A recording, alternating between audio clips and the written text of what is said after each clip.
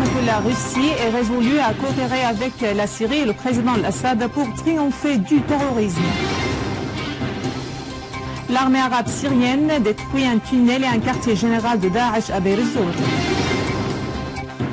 Les forces armées irakiennes poursuivent leurs opérations contre Daesh à Ramadi, Diyala et Ninive.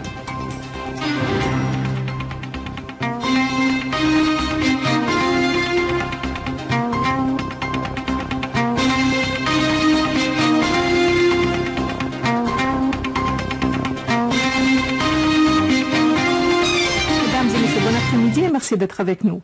Les relations entre la Syrie et la Russie et le volet politique du règlement de la crise en Syrie étaient les axes des pourparlers menés hier dans la ville russe Sochi par le président russe Vladimir Poutine et le vice-président du Conseil des ministres, ministre des Affaires étrangères et des expatriés Walid al-Muallim.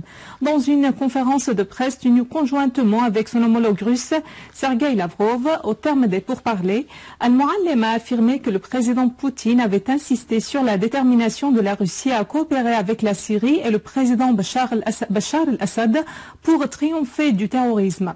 Al-Muallim a ajouté que les pourparlers s'étaient également centrés sur la mission de l'envoyé spécial de l'ONU pour la Syrie, Staffan de Mistura. Al-Muallim a souligné que les discussions avaient porté sur la situation dans la région et sur la conspiration tramée contre la Syrie par l'Arabie Saoudite, le Qatar, la Turquie et d'autres pays. Le président Poutine a insisté sur la détermination de la Russie à coopérer avec la Syrie et le président Bachar al-Assad pour triompher du terrorisme. J'ai fait part à la direction russe de la détermination du peuple syrien et de la direction syrienne à poursuivre la lutte antiterroriste. La vision des deux parties était concordante concernant l'appui aux efforts de Mistura en vue de geler la situation dans la ville d'Alep.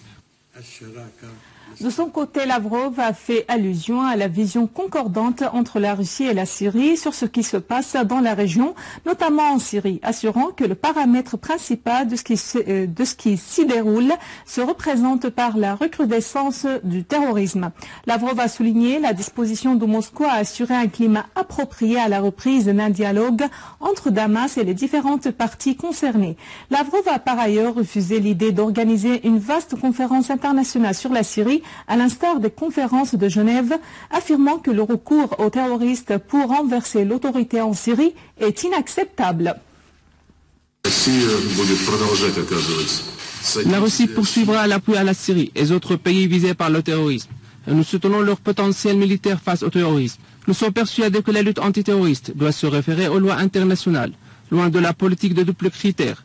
Nous avons des points d'interrogation sur les pratiques de la coalition formée par les États-Unis qui a déclaré son droit de mener des droits sur la position des hommes armés de l'État islamique en Syrie, sans contacter les autorités syriennes à Damas, la chose qui se contredit avec les normes et les lois internationales. Des unités de l'armée arabe syrienne et des forces armées ont détruit des entrepôts d'armes et de munitions de Front al-Nusra, le bras d'Al-Qaïda au Levant. Les entrepôts se trouvaient dans deux fermes à Rastan, dans la banlieue de Homs.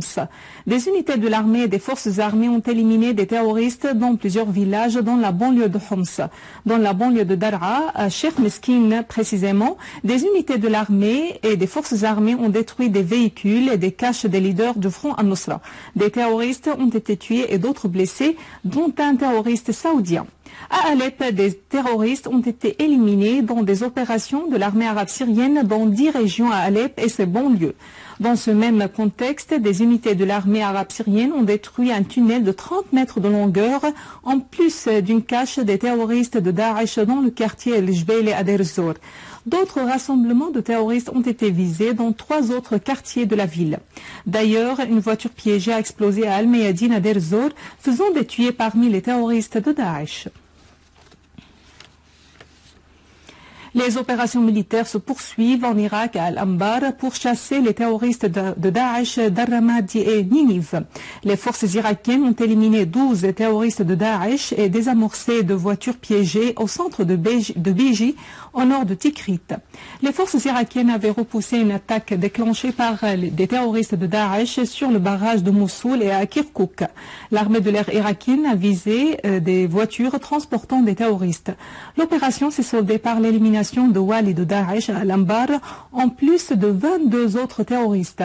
Cependant, une opération militaire d'envergure a été menée par l'armée irakienne pour prendre le contrôle des villages au sud de Qarat al-Tiba, au nord-est de Baqouba. En Palestine occupée, 15 Palestiniens ont été arrêtés dans une série de perquisitions menées par des forces israéliennes à Al-Quds occupée et dans plusieurs autres régions en Cisjordanie. Des bombes à gaz ont été tirées sur les maisons des Palestiniens lors de ces perquisitions. D'autre part, les colons poursuivent leurs pratiques extrémistes à l'encontre des Palestiniens. Des colons ont attaqué un chantier de mécanique à Al-Qalqilia et ils ont roué de coups le propriétaire du chantier. Sur un autre plan, l'observateur permanent de la Palestine à l'ONU, Riyad Mansour, a demandé au secrétaire général de l'ONU, Ban Ki-moon, au président de l'Assemblée générale et au président du Conseil de sécurité de prendre toutes les mesures cautionnées par la loi internationale pour interdire aux autorités israéliennes de laisser passer la loi extrémiste qui stipule la judaïté de l'État. Il a fait noter que l'approbation de cette loi va approfondir l'extrémisme et l'agressivité exercée contre le peuple palestinien.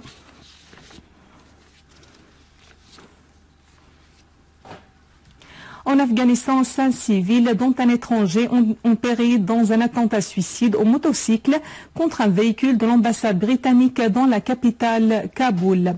Une source au ministère de l'Intérieur afghan a indiqué qu'un étranger et 4 civils ont été tués alors que 33 autres ont été blessés dans un attentat suicide. En outre, le porte-parole de l'ambassade britannique a affirmé que le véhicule ne portait pas à bord des diplomates britanniques, soulignant que plusieurs personnes qui étaient dedans ont été blessées.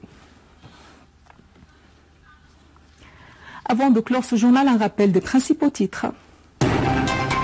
Al-Muallim affirme que la Russie est résolue à coopérer avec la Syrie et le président Al-Assad pour triompher du terrorisme. L'armée arabe syrienne détruit un tunnel et un quartier général de Daesh à Deir ez-Zor. Les forces armées irakiennes poursuivent leurs opérations contre Daesh à Ramadi, Diyala et Ninive. Mesdames et messieurs, c'est la fin de notre édition. Pour la revoir, visitez notre site web syriaonline.sy. Merci à vous, merci à toute l'équipe. Au revoir.